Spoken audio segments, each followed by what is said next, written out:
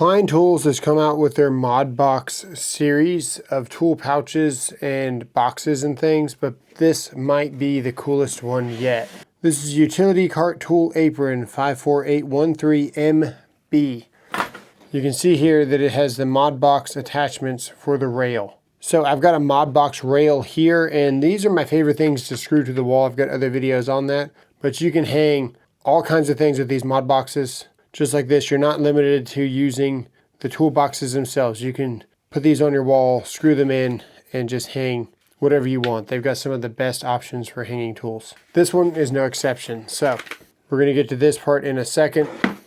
Let me show you what this thing can carry. Once this thing folds up and zips up, it's got a very convenient handle here. I have loaded this for troubleshooting, more of a technician kind of loadout here. Let's see what we got. First off, you can see how it's nice and open here. This is going to protect your customer's finishes when you lay this out. You can lay this on a hardwood floor, and then the receptacle can be right here, and you can just start working. This will protect all your finishes. It will catch all the dust. That's probably my favorite part about this, is using it to protect customers' finishes. You can see here that it's going to fit on the MODbox rail perfectly. It's going to align, so we can look at that right now. This is the rail system here. So it'll clip, one will go here. And there you go. Now this is mounted to the wall, it's mounted to your material cart, it's mounted to your scissor lift, however you want to do it. This thing here is nicely supported.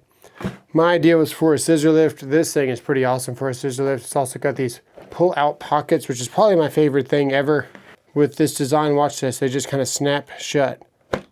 So what I've got in here, not just material or wire nuts, but leads for troubleshooting. These are all of the leads that we're going to need for our ET450. Also got some alligator clamps here for continuity testing. Those go right in there, and then watch, you just push that shut and it just snaps shut. It's pretty awesome. So we got a couple of Vessel drivers. These are probably some of my favorite drivers from Vessel. These are the 1000-volt fully insulated. Nice parallel lines on the actual flathead here. And the Phillips is also really nicely shaped, and you get some pretty darn good leverage.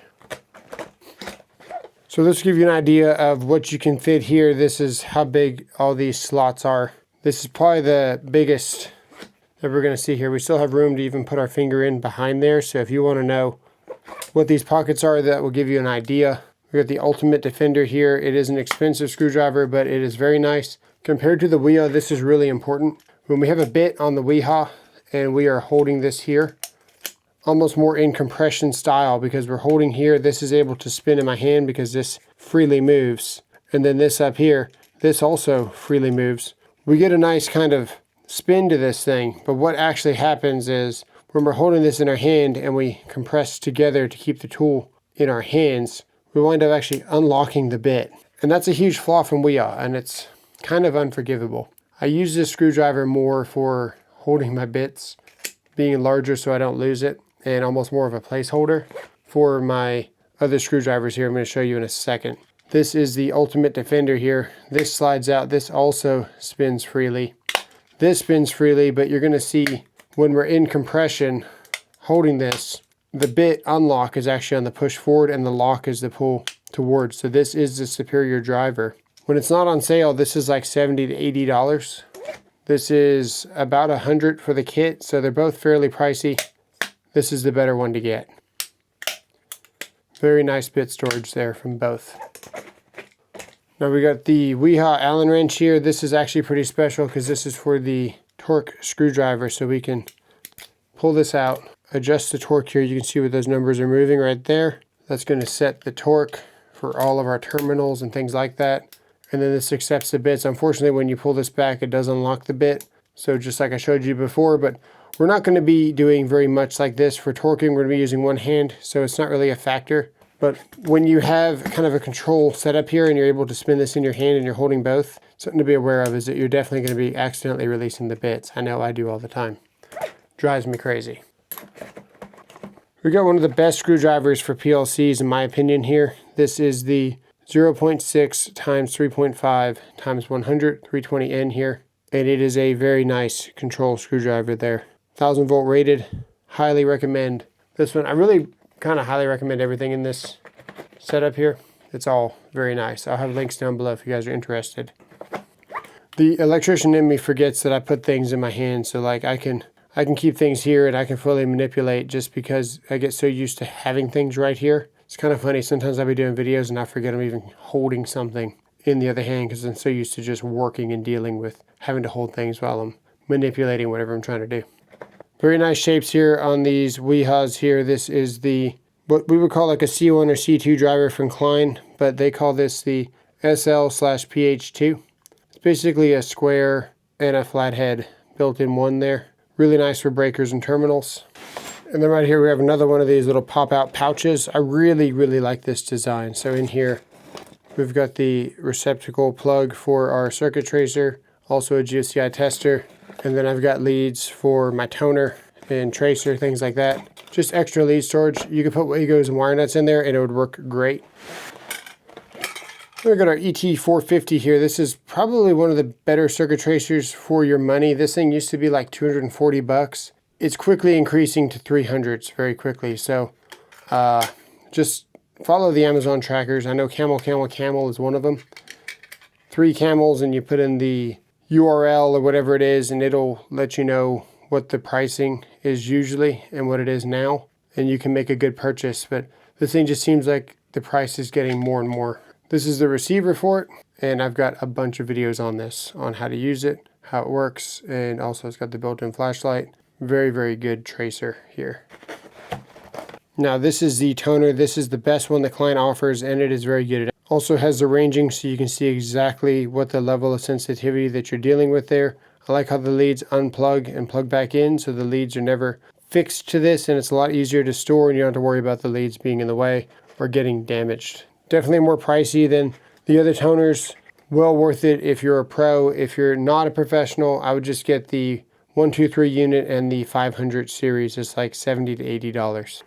We got a Fluke circuit breaker finder and NCV. Works really well. That's what that plug there was for. And then we got 3 Weha screwdrivers here. We really didn't load this up too much, but we've got some really good options. I like the Weha screwdrivers because the skinnier and also they're long to fit in the bracket of the large 480 volt breakers. Got a number 2 square for that purpose. We got the flathead here. This is the 5.5 size, which is a good size for a flathead. And then we've also got the larger flathead. This is the 6.5 size for a little bit more leverage. All 3 with the long shaft there. We got the bands to keep all the screwdrivers in place. And we can put 2 screwdrivers per slot here, so we could add something else if we wanted to. Note that we don't have any pliers in this setup, so now we're going to load this out for more of a service call, not just with all of my troubleshooting tools.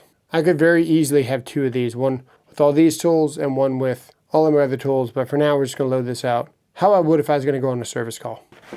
So I get this question a lot. Do I need both a toner and a circuit tracer?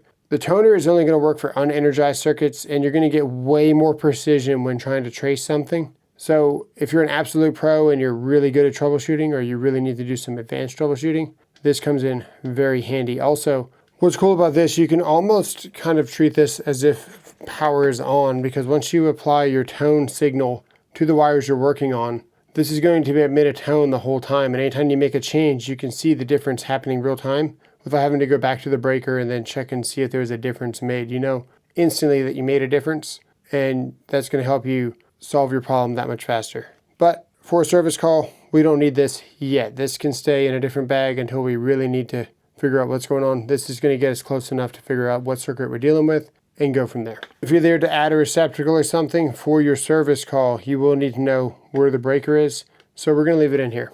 Of course, I almost forgot to mention the Fluke. This is the T6, goes up to 2,000 ohms, which is 1,000 ohms more than the T5. This one has the field sense, and it does a bunch of different settings. It has auto sense for your voltage. The amperage is very accurate. Fits up to 4-aught wire aluminum for 200 amps and 2-aught for copper for 200 amp services. So this is perfect for service calls. Also has a nice backlight for us so we can see what we're doing. Those meters are built like a tank. Very strong. We're going to pull out these 1,000 volt tools because both of these tools are going to be able to do whatever we need to do. And they're going to do it well. And then we got all the sizes that we could want for working on receptacles and things like that. We are going to add one more tool here. This is probably my favorite screwdriver ever. This is the 2-in-1 insulated multi-bit driver from Klein. It's really hard to beat this. 20 bucks and you're done. You get 2 different tips. You get maybe you get 3 different tips. I really can't remember here. I think you get 2. I think this one's an add-on. You get the number 1 and number 2 Phillips and flatheads here. Very, very good driver. But if you get the kit for 50 bucks, which is well worth it, you get everything there. I like these Milwaukee magnetic attachments that go onto any screwdriver or any bit. They hold the retention really well, but also they protect your finishes, because when you're against something, this is going to keep the tip of your screwdriver away from the wall. You can even set it down on something and still be able to use the tool. So if you're up against a cabinet or a finish or something, this will kind of keep you a little bit more protected. And then of course it's a magnet, so you're working on a ladder or something, you're not going to be dropping your screws as you unscrew them off of a ceiling fixture. Now we're going to leave all the leads in there. That's what we started with here. We got all the leads for our toners and tracers.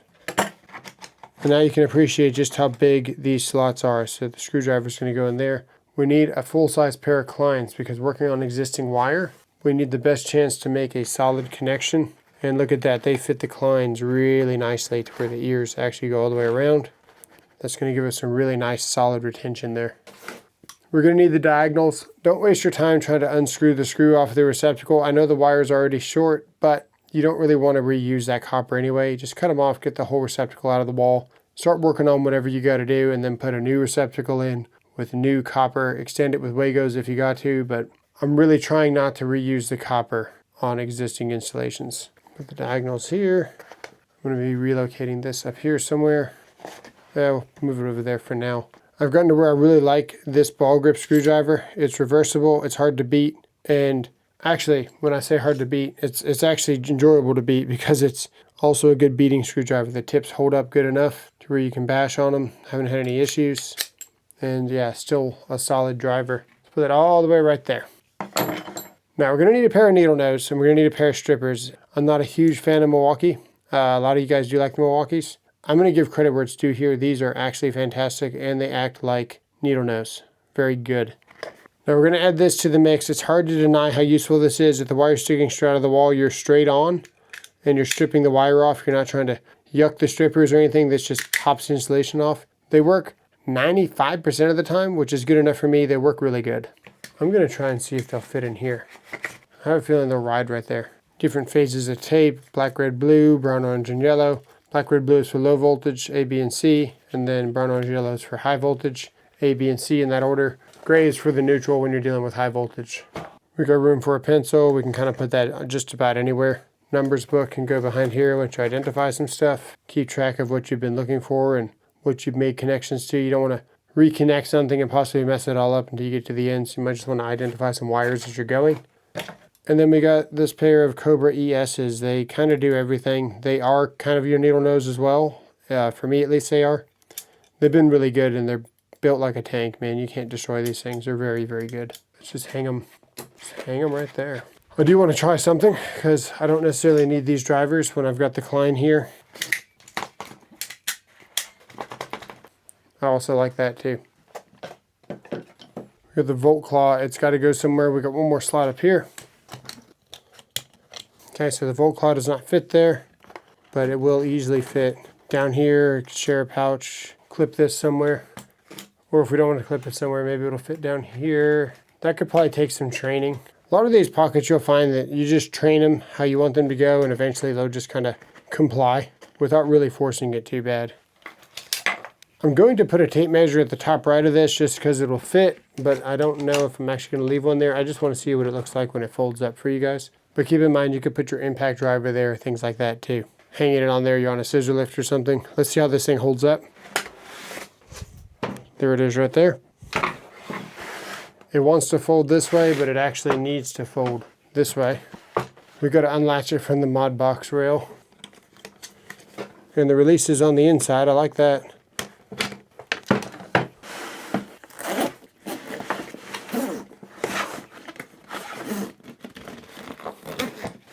That is pretty cool. Will it ride just on one? If you had two, if we had two on one rail, and one was for one and one was for the other, what would it look like? That's actually really cool. I think I will be buying a second one of these. I do like them. If you want to get your hands on one, let me know what you guys think in the comments below. Let me know if you're going to get one or not. I'm curious just to see how these videos are doing and what you guys think of it. Keep in mind, we can't even get this off without opening up the case. So it's really secure this way. You can, however, not slide it off either. Ha, good to know. So you can't slide it off either. So this is effectively locked. We might be able to squeeze this or push this up here. No? Okay, right there. Pushing right there. We'll disengage it, but it's pretty sturdy on there. Yeah, I think this thing is really a knockout of the park for how simple it is. 50 bucks. This thing holds way more than a Veto. It's more useful than a Veto. It holds your trash. Automatically picks up the trash as you're working on a receptacle. Roll this out, put it on a granite countertop. Your customers are going to love you, dude. Don't be putting your tools and your impacts and stuff on someone else's countertop. There's all the propaganda if you guys want to see it. The video is not sponsored, but I saw this on Amazon. I had to have it. The 54813MB. Very cool. Probably the coolest thing yet. Made for material carts. I think it's great for scissor lifts, personally. Put your channel locks, put your levels, put all that stuff for running pipe. All that stuff for running MC. Whatever you're doing, I think it's a really good idea. So let me know what you guys think in the comments below. We'll see you guys in the next one. Thanks for watching.